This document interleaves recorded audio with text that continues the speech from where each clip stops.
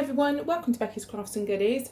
Today I'm going to show you how to make some fruit scones. Now some people pronounce it scone, some people say scone, completely up to you.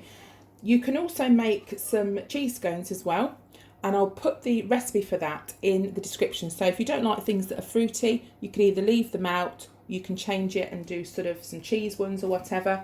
A few days ago I made the Mary Berry recipe for scones. I'm going to put the recipe for that in the description down below, so if you wanted to check that out. It is slightly different to the one I'm going to do today. This one's from the Bero book. The Bero book was around, it's been around for a long time, and when I was young this is the book that we always used to cook out of, so this is the one that I'm going to use. So in a bowl here we've got the flour. Now I've started to sieve it. There's 8 ounces of self-raising flour, so we're just going to sieve that into a bowl so it just airs the flour a little bit there. Then we are going to add a pinch of salt. Now I'm using butter in mine. You can use butter or margarine. If you use salted butter, then you probably won't have to put any extra salt in, but my butter that I'm using is unsalted because it's a dairy-free one I've managed to find. If you're using margarine, then pop a bit of just a pinch of salt in. So talking about margarine or butter, I've got mine here and it's just 2 ounces. And I managed to find this in Sainsbury's because it's quite hard to get a dairy-free butter. And well, it's a butter substitute. It's not really a butter. And it's a vegan block. And this is £1.95 and that came from Sainsbury's. So if any of you are vegan or dairy-free, that's a good alternative that you can use. So what we have to do to this is to rub the butter or margarine into the flour. And you have to have your hands quite cold, so don't do it with really hot hands. Obviously, as with any baking, we make sure our hands are clean and our nails too. And with making scones, you can't really touch the mixture that much, so you have to handle it quite lightly. Right, so a bit of a tip, you can actually put this into the food processor to do this part for you. I know lots of people that do that as well. Right, now I'm going to add the sugar. So you pop in 1 ounce of caster sugar. Give that a bit of a mix round. If you were making plain scones, then obviously you wouldn't add any fruit. I'm going to be putting sultanas in mine, but you can also put cherries if you want to, or in fact any fruit that you like really. And you need 50 grams of fruit, so that's the quantity you need. And if you want some of the cheese scones, then don't forget I'm going to put the recipe for that in the description down below, so you can check that out as well, and also the Mary Berry one. So once that's all mixed round, we need to make our wet liquid ingredients. So let's just pop that to one side there. And in this bowl I've got 100 millilitres of milk. Now my milk is soya milk because obviously I'm dairy free, but just use whatever milk that you use, it really doesn't matter. And then to that we're going to add 1 egg. I always crack my egg in something else before I put it in what I'm using it for, just in case I get any shell.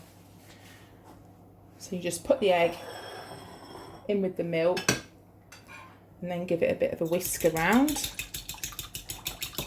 Now I forgot to mention at the beginning, I've preheated my oven.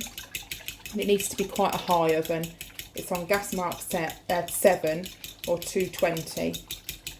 So it needs to be quite high and have a nice burst of heat when they first go in to help them to rise.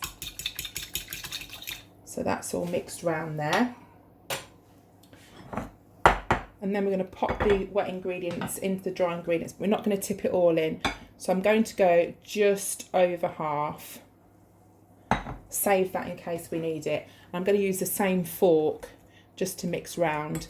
And this, when you're making pastry, you generally don't use your hands a great deal when you're mixing to start with, and you don't sort of handle it a lot. And it's the same sort of thing with this. So you can either use like a knife or a fork or something. You will use your hands to bring it together, but it's handling it as little as possible, which helps them to stay nice and light and fluffy. So once you find that it's coming together with the fork, then you can put your hands in. And if you find that you need a little bit more of the wet mixture, then you can pop a bit more of that in. But you get a good feel for it at this point, you know, when you can sort of get it all together. Right, so that's all ready. I'm just going to quickly grease this tray. I forgot to grease this at the beginning, so I'll just quickly get some kitchen towel and pop a bit of Marg on my tray. So let me know what you're baking at the moment, if you've got any favourite recipes during lockdown, and are there any ingredients that you're finding it hard to get at the moment? I know flour's very difficult to buy, so yeah, let me know. I'll be interested to know what you're cooking with the family. So I'm going to move that just to one side slightly, and then I'm going to put some flour on the countertop. So pop that down before you put your, let's move that over there a bit, and then put your mixture in the middle. Got your rolling pin. Always flour your rolling pin so it doesn't get stuck to that, and then we're going to roll it out. So these need to be a good 1/2 inch thick, so they will rise, and you'll kind of get to know, like when you're making them, how kind of tall you want them. So they will obviously rise up. We'll get our cutter. Now the cutters that I've got, we could use the same one that we use for the shortbread, but I bought these from Sainsbury's. These are just like a normal round one, so you can use those. And obviously the amount of scones you get depends how thick you roll it and how big your cutter is. So you're probably looking at about 6.5 centimetres or something like that across, and you just do your little cutter like that, and then pop those onto your baking tray. And I don't want to make them too thin, and we'll just do all of the rest. If you can see. And then obviously when you've sort of run out of room, just roll it again, but just be careful not to over handle it, because that's when they won't be as light and fluffy. Right, so here we've got them. I managed to make 9 out of mine. I mean, I could have gone taller, so you can go a bit taller if you want to. And then this little mixture that's left over, I've just got a pastry brush here, so we'll just go over the top, and that gives them a nice like goldeny browny colour when they're cooking. So that's why we save this little bit. So we'll do this, then we're going to pop them in the oven. They're probably going to take about 10 to 15 minutes because the oven's really hot, so we're going to give it a nice good old blast when they first go in, and then we'll see what they come out like. Right, so while they're cooking in the oven, I've just got the cooling rack ready, and I just want to tell you about toppings and things. So there's a real big debate that will never change with, do you put your jam on first or do you put your cream on first? I put my jam on first and then the cream on the top. Just the way I do it, sits better. We're not going to argue about it. You do whatever you feel is right. The jam, I've just got this bramble strawberry preserve jam. I quite like that one, but again, just use any jam that you like. And I suppose the most well-known clotted cream is this make here. We used this the other day. I saved the packet just to show you. And I also managed to pick up some of the Tesco's Finest, the Cornish clotted cream as well. So it was quite hard to find. So if you see that when you're out with your other shopping, then you could just pick one of those up as well. So the clotted cream is really nice. Now I can't eat that because I'm dairy free. So I've managed to kind of find a bit of a substitute. So don't shoot me down and say clotted cream's the best. I know it probably would taste the best, but some people can't eat that. So we've got this, Elmley have done this alternative to dairy cream. You can actually whip this as well. It's a double cream. I'll just show you it whipped. So you can put that on the top if you do like cream. I'm not a great lover of cream, so I don't have a lot anyway. And also, another dairy-free item here, there's this Food Heaven Heavenly Whipped. This is the squirty cream. I don't like this personally, but I just thought I'd mention it because it's dairy-free, lactose-free, gluten-free and free from soya. So if you have got allergies or anything or dietary requirements, then that's a really good one to have.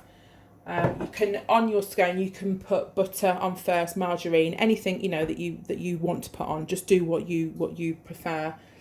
And what we'll do is once we get those out the oven, I'm going to pop the kettle on, and we'll make ourselves a nice brew, and we'll have a nice cream tea.